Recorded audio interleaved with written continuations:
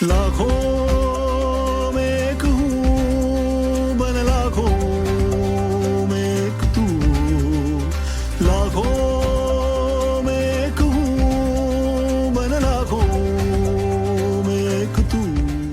Hello दोस्तों, मेरा नाम है नेहा। रेडियो के पास बैठे सभी जनों को मेरा नमस्कार। और बच्चे लोग जरा सुनो तो सही, मेरी बहन मेरे भाई, आज हम करने वाले हैं थोड़ी सी मस्ती थोड़ी पढ़ाई।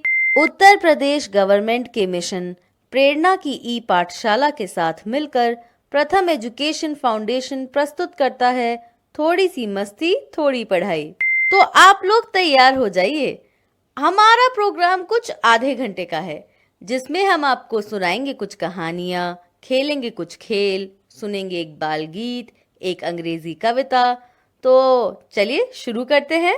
प्यारे बच्चों, जैसे कि आपको पता है कि हर दिन इस प्रोग्राम के 2 हिस्से होते हैं। एक हिस्सा कक्षा 1 से 2 के लिए होता है और दूसरा हिस्सा कक्षा 3 से 5 के लिए होता है। आज भी रोज की तरह हम सभी के साथ करेंगे थोड़ी सी मस्ती थोड़ी पढ़ाई। तो क्या आप लोग तैयार हैं? नमस्ते चाचा जी, चाची जी, कैसे हैं आप दोनों? क्या आप दोनों भी तैयार हैं हमारे साथ थोड़ी सी मस्ती थोड़ी पढ़ाई करने के लिए? हाँ हाँ कोमल बिटिया, आज तो हम बहुत बेसब्री से तुम्हारा इंतजार कर रहे थे।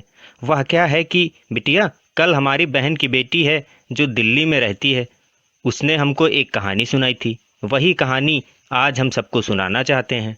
अरे वाह चाचा जी, ये तो बहुत ही अच्छी बात है कि आज हम सबको आप कहानी सुनाने वाले हैं।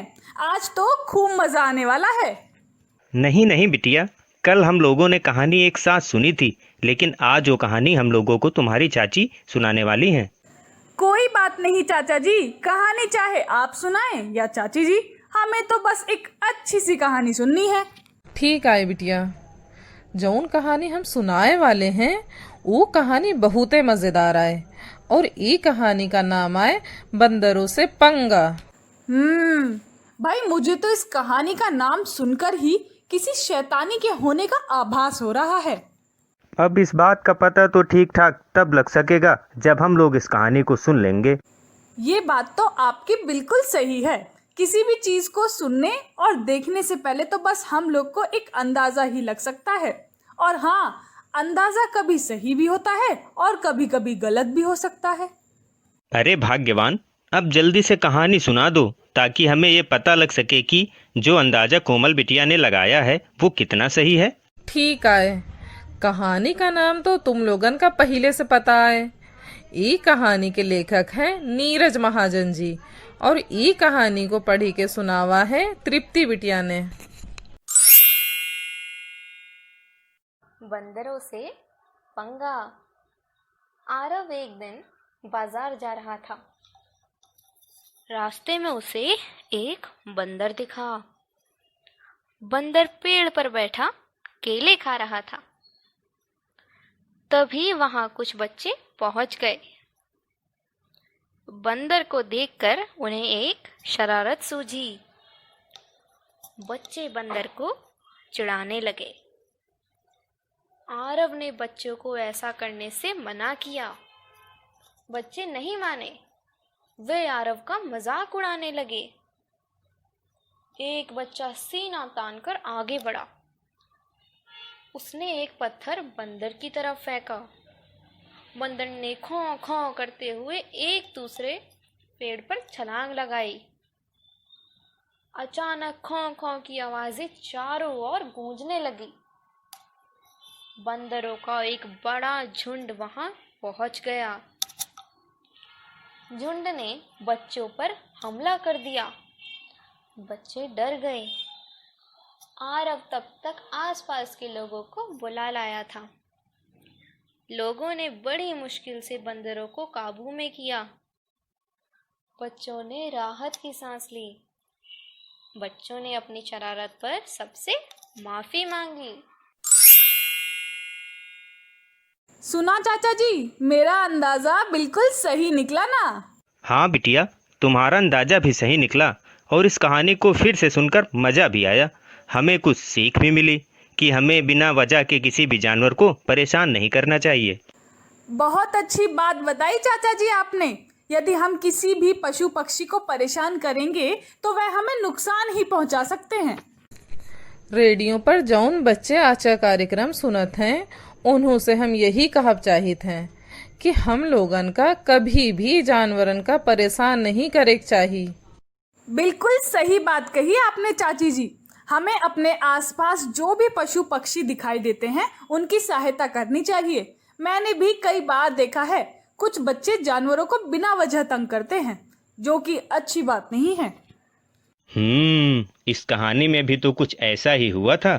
जब आरव सब बच्चन को समझा रहा लेकिन ऊकी बात बच्चन के समझ में नहीं आई और सभे बंदरन का परेशान करे लागे और बंदर भी बच्चन पर गुस्सा हुए के हमला कर दिए। और देखिए ना चाचा जी, आरव की सूझबूझ से सभी बच्चे बड़ी मुसीबत से बच गए। फिर बच्चों ने अपनी गलती मानते हुए माफी भी मांग ली। कोमल बिटिया, अब हम लोगों ने इस कहानी पर बहुत सारी बातें कर ली हैं।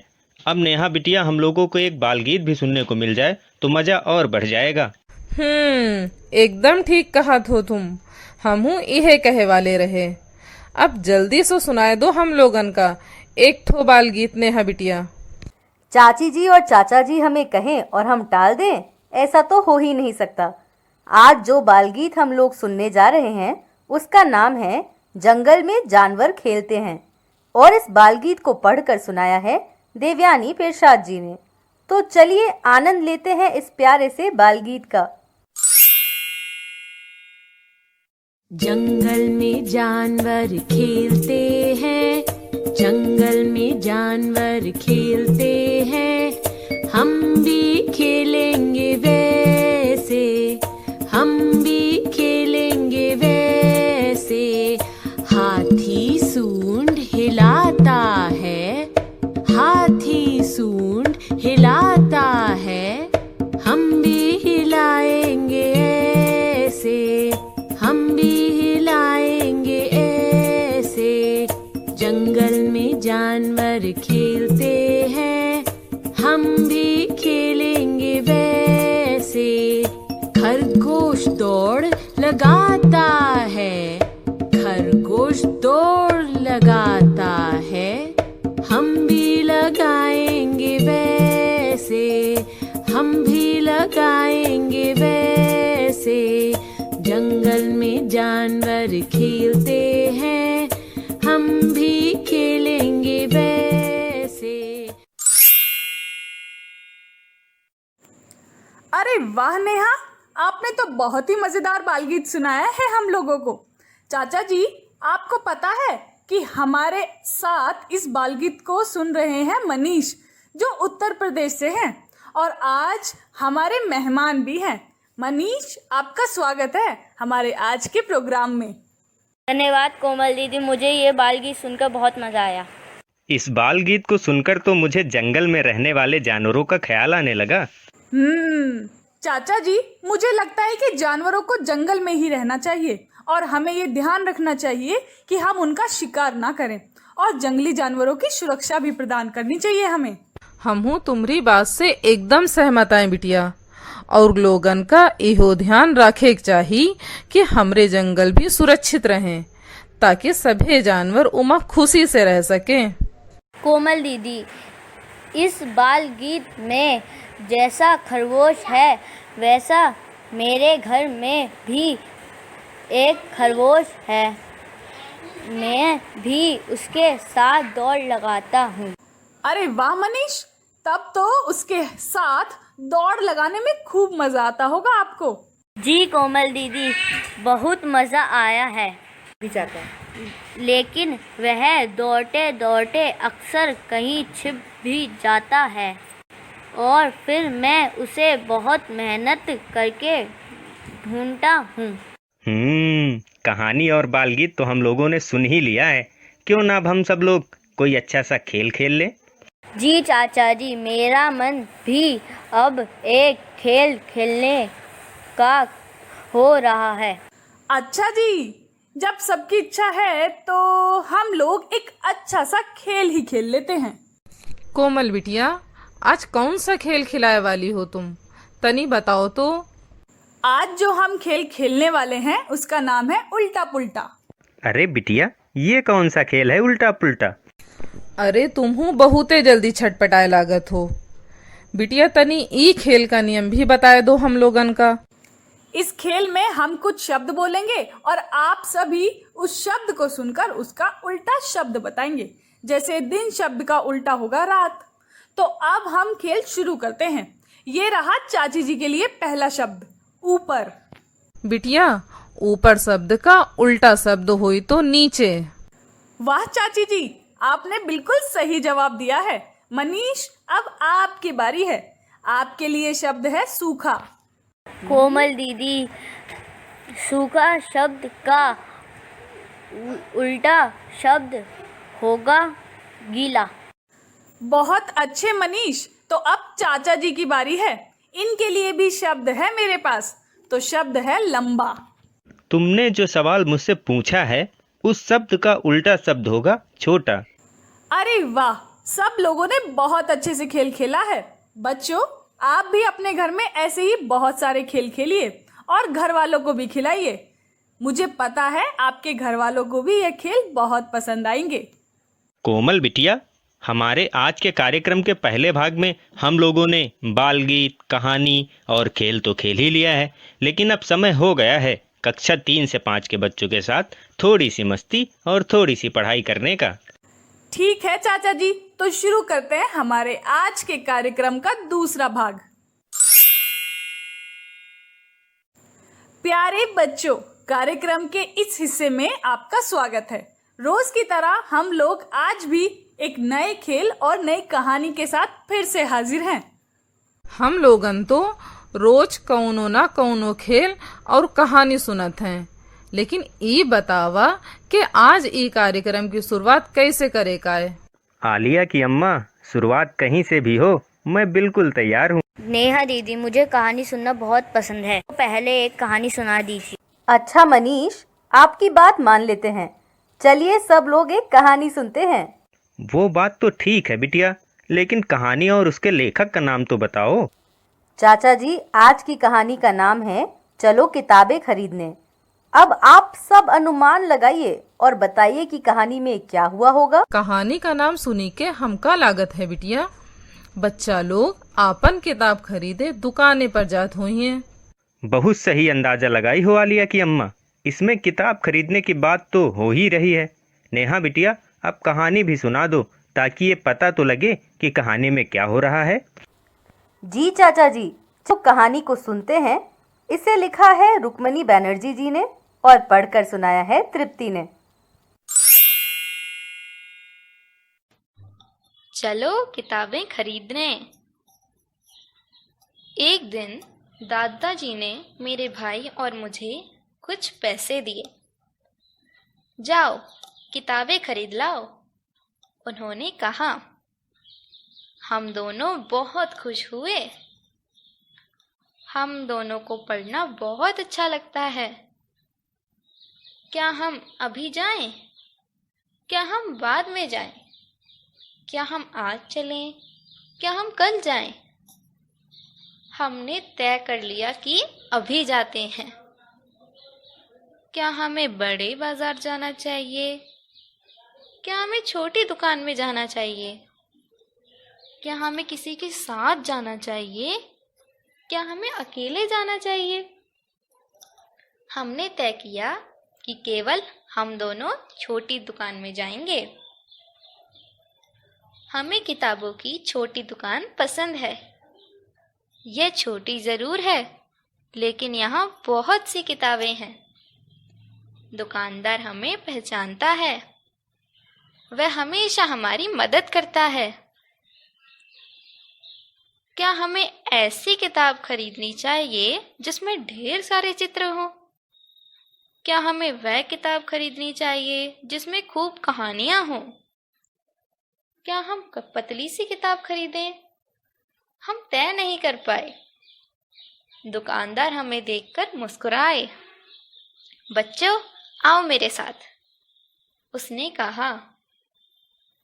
यह किताबें जानवरों के बारे में हैं।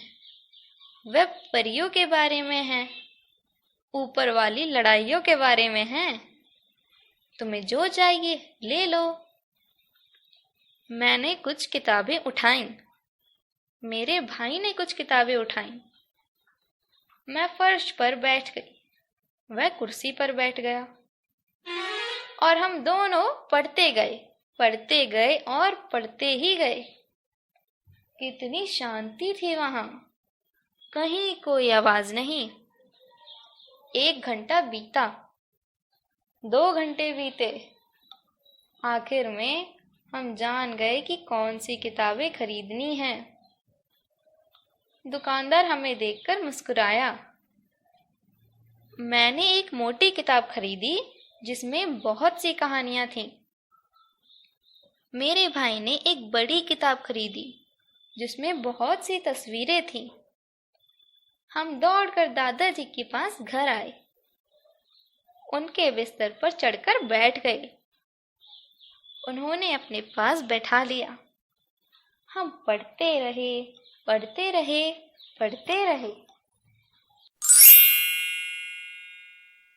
सच में बिटिया, हमका कहानी बहुते बढ़िया लगी। जब छोटे बच्चा लोग का रुपया मिल जात है तो वो लोग समझ नहीं पावत हैं कि उका का करें। बहुत सोचे का पड़त है उनका। अरे वाह भाग्यवान, भूल गई जब तुम भी आलिया के लिए किताब खरीदने जाती हो तो कितना सोचती हो, मोटी कॉपी लें कि पतली कॉपी लें, खूब सोचती हो। चाची जी और चाचा जी, इससे पहले कि आप लोगों की नोकझोंक फिर से शुरू हो जाए, मुझे आप लोगों से कुछ सवाल पूछने हैं। तो जरा बताइए, बच्चों को किताब खरीदने के लिए रुपए किसने दिए थे? कहानी में दादाजी किताब खरीदे खातिर बच्चन लोग का रुपया दिए रहे। मनीष बेटा, अब मुझे बताओ कि कहानी में बच्चों ने किताब किस दुकान से खरीदी थी? जी चाचा जी, बच्चों ने छोटी दुकान से किताबें खरीदी हैं। अरे वाह, बिल्कुल सही जवाब दिया मनीषा आपने। चाचा जी, अब आप बताइए कि छोटी दुकान पर ही बच्चे किताब खरीदने क्यों गए थे? कोमल बिटिया, दुकानदार उन बच्चों को जानता था और उनकी वह मदद भी करता था, इसलिए बच्चे छोटे दुकानदार के पास गए। मनीष बेटा, हमका बताओ कि बच्चा लोग किताब लेवे में ज्यादा समय काहे लिए? चाचा जी यह पढ़कर समझना चाहते थे कि उनके लिए कौन सी किताब सही होगी, इसलिए उन्होंने ज्यादा समय लगाया था। Very good Manish. अब आता है चाची जी का नंबर। चाची जी, जरा आप बताइए, बच्चों ने कैसी किताब खरीदी थी? बिटिया, एक लड़की मोट कहानी की किताब लिए रही और ओकर भाई बड़ी किताब जिमा खूब सारे चित्र रहे, और किताब खरीदे के बाद दोनों अपने दादाजी के पास चले गए रहे। बहुत बढ़िया। कहानी पर तो काफी बातचीत हो गई। आप सभी को जानकर बहुत खुशी होगी कि हमारे साथ आज फोन पर संजय सैनी जी जुड़ने वाले हैं, जो उत्तर प्रदेश मुरादाबाद से हैं। तो चलिए सुनते हैं उनके विचार उन्हें फोन लगाकर। हाँ, जरूर नेहा। तो चलिए उनको मैं फोन लगाती हूँ।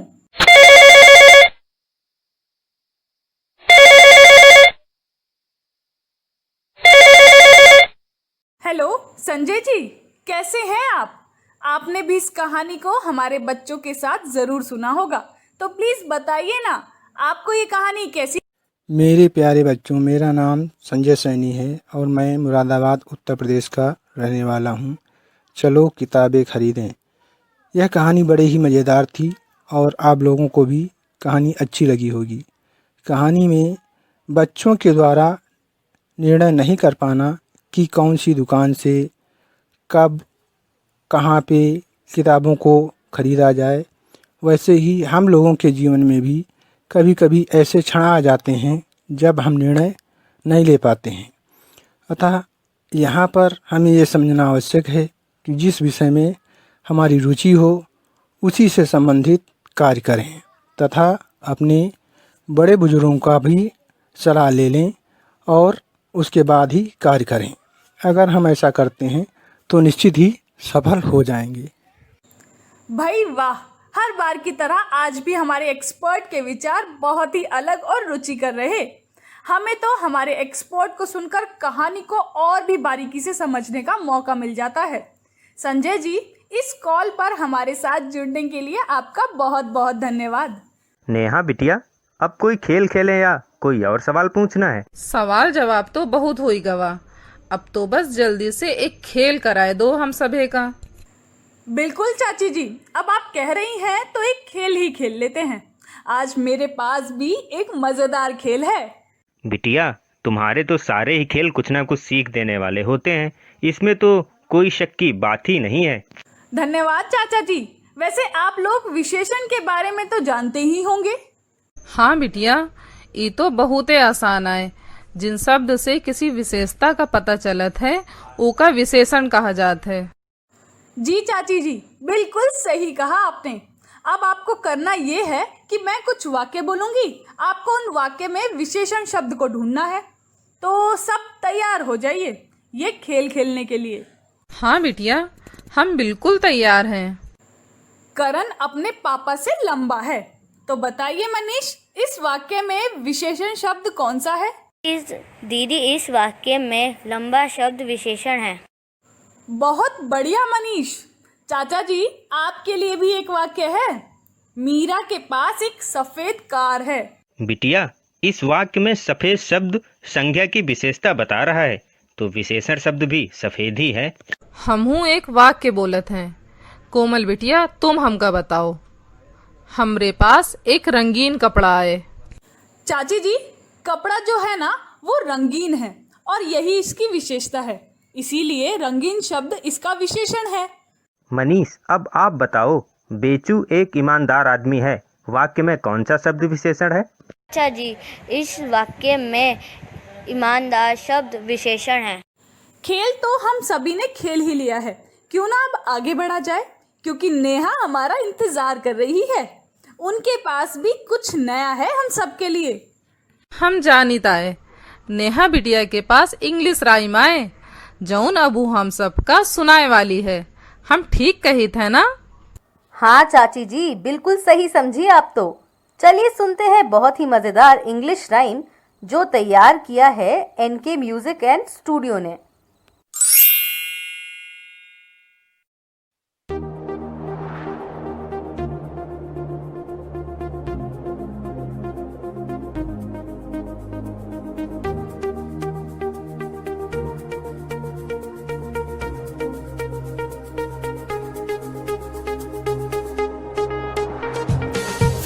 Makes you big, food makes you grow, food gives you energy to go, go, go. Food keeps you healthy, food keeps you well, food's good to taste and even good to smell. Food makes you happy, food makes you strong, food's what you need your whole life long.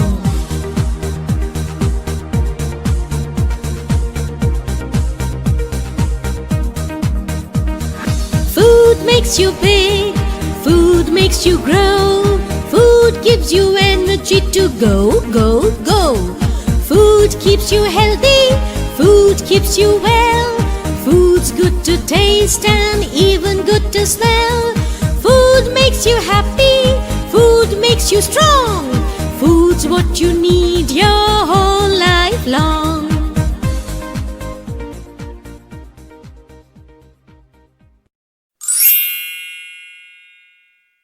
अरे वाह नेहा, आपने तो बहुत ही अच्छी English कविता सुनाई है। सचमुच हमारा खाना हम लोगों को स्वस्थ बनाने में बहुत बड़ी भूमिका अदा करता है। बिल्कुल ठीक बात कही है तुमने कोमल बिटिया। आलिया की अम्मा, तुम्हारा क्या कहना है इस कविता के बारे में? बिटिया, हमका तो बहुत ही अच्छी लगी ये इंग्लिश कविता, और हम कछु शब्द भी बता सकत हैं तुम लोगन का। चाची जी, जरा हमारे श्रोताओं को भी तो बताइए, आपको कौन कौन से शब्द समझ में आए हैं इस कविता में? ठीक है बिटिया, ई कविता से हम जौन शब्द सीखे हैं वो हैं फूड, जी का अर्थ होत है खाना, हेल्दी, जी का मतलब होत है स्वस्थ, एनर्जी, जी का मतलब होत है ऊर्जा। अरे वाह भाग्यवान, तुमने तो इस कविता के बहुत से शब्दों के अर्थ बता दिए। वैसे पोयम में यह भी बताया गया है कि भोजन हमें कितनी ताकत और ऊर्जा देता है, शरीर कितना स्वस्थ रहता है, यही सब बात बताई गई है। बच्चों, हमारा मन तो नहीं है आपको छोड़कर जाने का, लेकिन क्या करे, समय की पाबंदी जो है, इसलिए आज हमें जाना होगा। कल आप सभी से फिर मुलाकात होगी। तब तक के लिए बाय बाय।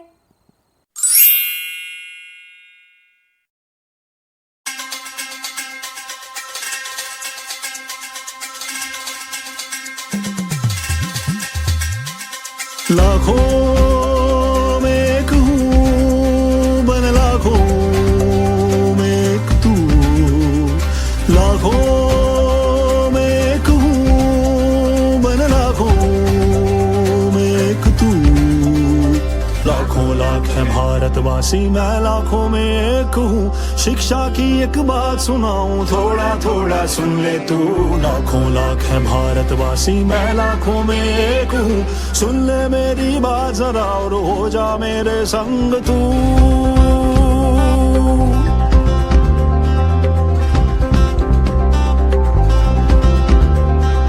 मुफ्त किताबें मुफ्त में खाना, पर शिक्षा में देर है। स्कूलें निकली गांव गांव में, फिर भी क्यों अंधेर है। मुफ्त किताबें मुफ्त में खाना, पर शिक्षा में देर है। स्कूलें निकली गांव गांव में, फिर भी क्यों अंधेर है। गांव गांव और गली गली में माँ बाबा से बात करो। क्या सब बच्चे शाला जाते, घर घर जाके पता करो। लाखों में एक हूँ, बन लाखों में एक तू।